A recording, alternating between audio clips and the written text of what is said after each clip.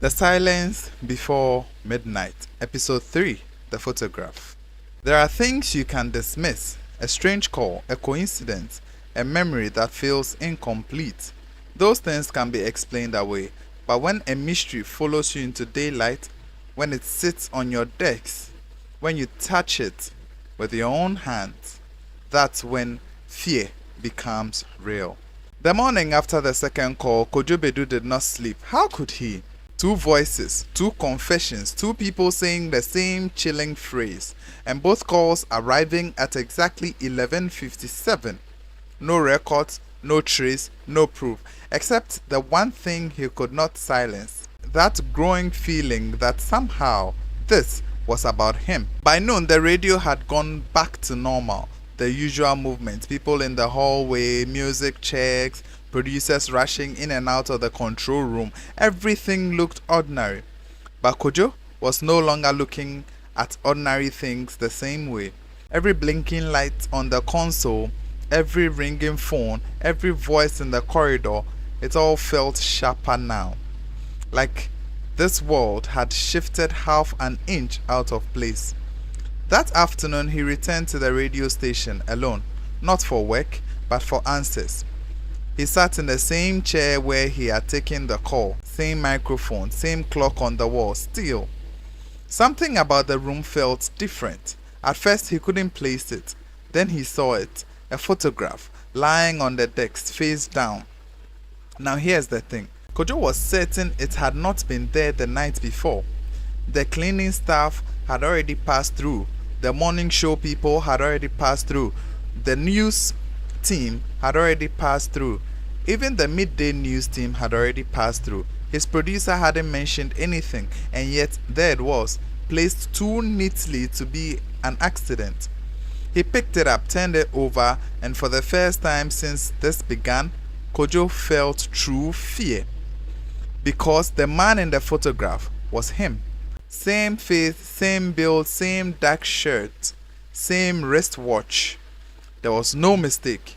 It was Kojo, standing near a road junction at night, street lights glowing faintly in the distance. The kind of junction that feels familiar even when you can't name it. But that wasn't the part that unsettled him. It was his expression. The Kojo in the photograph was not smiling, not speaking, not moving. He was simply standing there, looking towards something outside the frame. And on his face was a look Kojo did not recognize. Not confusion, not surprise, but guilt. A cold, heavy guilt. The kind that settles into the eyes. Now listen carefully, because this is where things become dangerous. At the bottom corner of the photograph, written in red ink, were 4 numbers: 1157, 11:57. Kojo's hand trembled, because now the time wasn't just a coincidence, it was a mark, a signature, a connection. And then he noticed something else. On the back of the photograph, a sentence written in the same red ink, slow, deliberate, as if whoever wrote it wanted the words to sink in deep. It read, "May it never be said that we stood knees deep in a river but died of thirst." Kojo stared at it. Same phrase. The woman said it. The driver said it. Now it was here, in his hands. Outside the calls, outside the studio system, outside logic. Now tell me, how do you explain that? How do you explain a photograph of yourself in a place you do not remember going? How do you explain the same phrase following you from the airwaves to your decks? Kojo turned the photograph over again, and this time he looked harder. There was something in the background. At first it was just blur, a dark shape near the edge of the road. But the more he stared, the clearer it became. A car parked slightly off the junction, and beside it, a figure on the ground, still motionless. Kojo's heart began to pound, because suddenly a memory stirred. Not clear enough to trust, but sharp enough to wound. A road at night, headlights, a body, and someone standing still, watching, not moving, doing nothing. Kojo dropped the photograph onto the desk. His breath had gone shallow.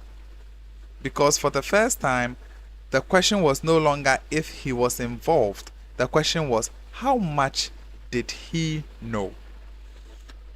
He rushed out of the studio and straight to his producer's office, held up the photograph, demanded to know who left it there.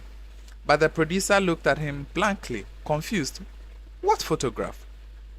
Kojo turned it around and placed it on the desk. The producer frowned, said there had been nothing in Kojo's hands when he walked in. Nothing on the desk now, just empty wood. Kojo looked down. The photograph was gone. Gone! Gone! As if it had never existed. Now think about that for a moment.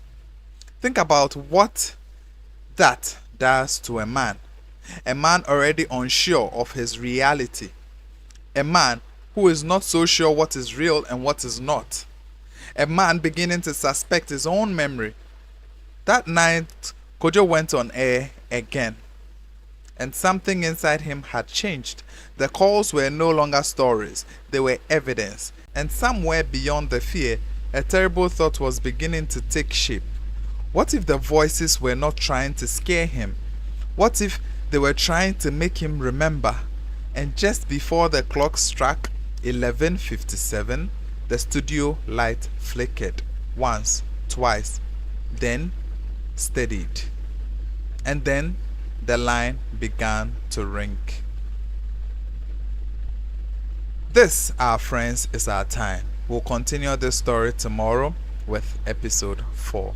Follow this page for more interesting stories such as this.